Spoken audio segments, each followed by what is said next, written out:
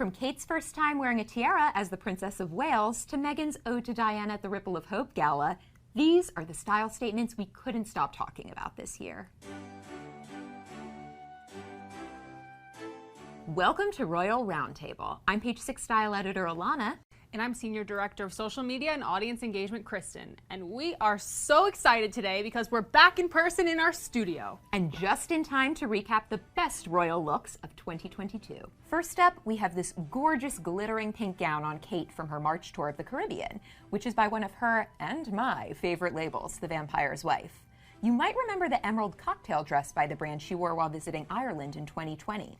That green look remains one of my all-time favorites of Kate's, so it's no surprise I thought this pink number was a perfect choice for her visit to Belize, even if she was a wee bit overdressed. What's that saying from the Princess Diaries? A queen is never late, everyone else is simply early? Well, a princess is never overdressed, everyone else is simply underdressed. Too true.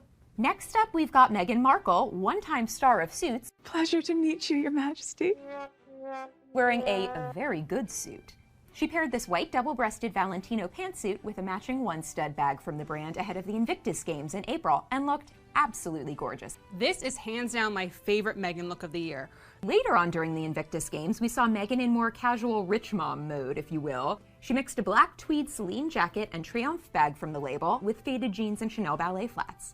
An excellent high-low look that, true to the Duchess of Sussex, was a little heavier on the high. Okay, let's talk about Kate Middleton's Roland Mouret look for the London premiere of Top Gun Maverick in May. She wore this sleek and really quite simple off-the-shoulder gown in black and white. It was giving movie star energy. In my opinion, you can never really go wrong with black and white, and who could forget that viral moment when Tom Cruise helped her up the stairs? We love a royal celeb crossover. You didn't think we'd forget about one of the littlest members of the royal family, did you? Prince Louis stole the show at the Queen's Platinum Jubilee in June with his many funny faces and his vintage sailor suit, a hand-me-down from Dad Prince William, who first wore the look at the same event in 1985 when he was just 2 years old. Our readers, and basically the entire internet, went absolutely wild for Prince Louis at the Platinum Jubilee. He stole the show. Meghan also made an appearance at the Jubilee wearing this elegant all-white Dior haute couture look. Dior was, of course, the preferred fashion house of the late Princess Diana, who even had one of its bags renamed the Lady Dior in her honor.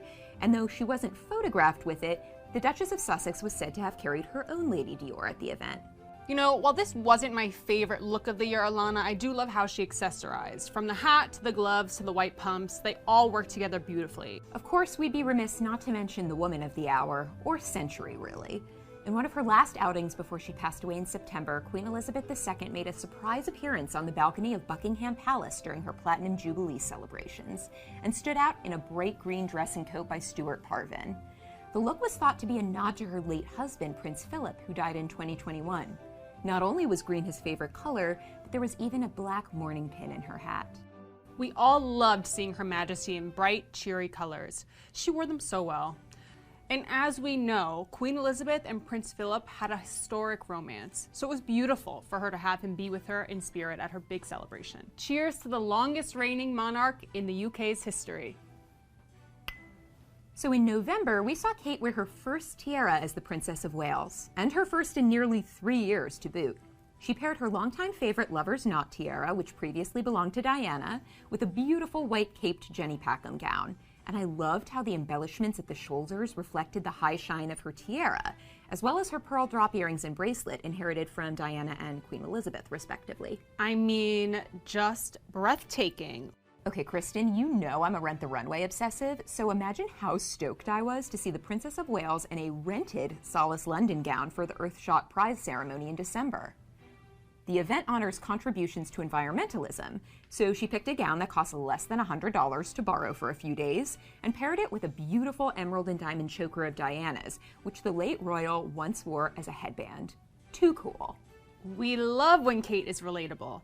I do have to say, while I'm not crazy about the green screen color of this dress, one of our followers actually compared it to Nickelodeon slime. For me, it's all in the emeralds. This look made our list for the jewels and the jewels alone. Last but certainly not least, we have Meghan at December's Ripple of Hope Award Gala wearing a custom white Louis Vuitton dress that reminded me at least of her wedding gown with its off-the-shoulder neckline. The Duchess of Sussex also wore it with Princess Diana's aquamarine ring, which we last saw her wear for her wedding reception in 2018 as her something blue. I too love this neckline, but the bottom half of the dress doesn't really do it for me. She does look absolutely stunning though, and I have to say her hair looks perfect. We love the aquamarine ring. We hope to see much more of Meghan on red carpets in 2023. She always gives us something to talk about. Ain't that the truth?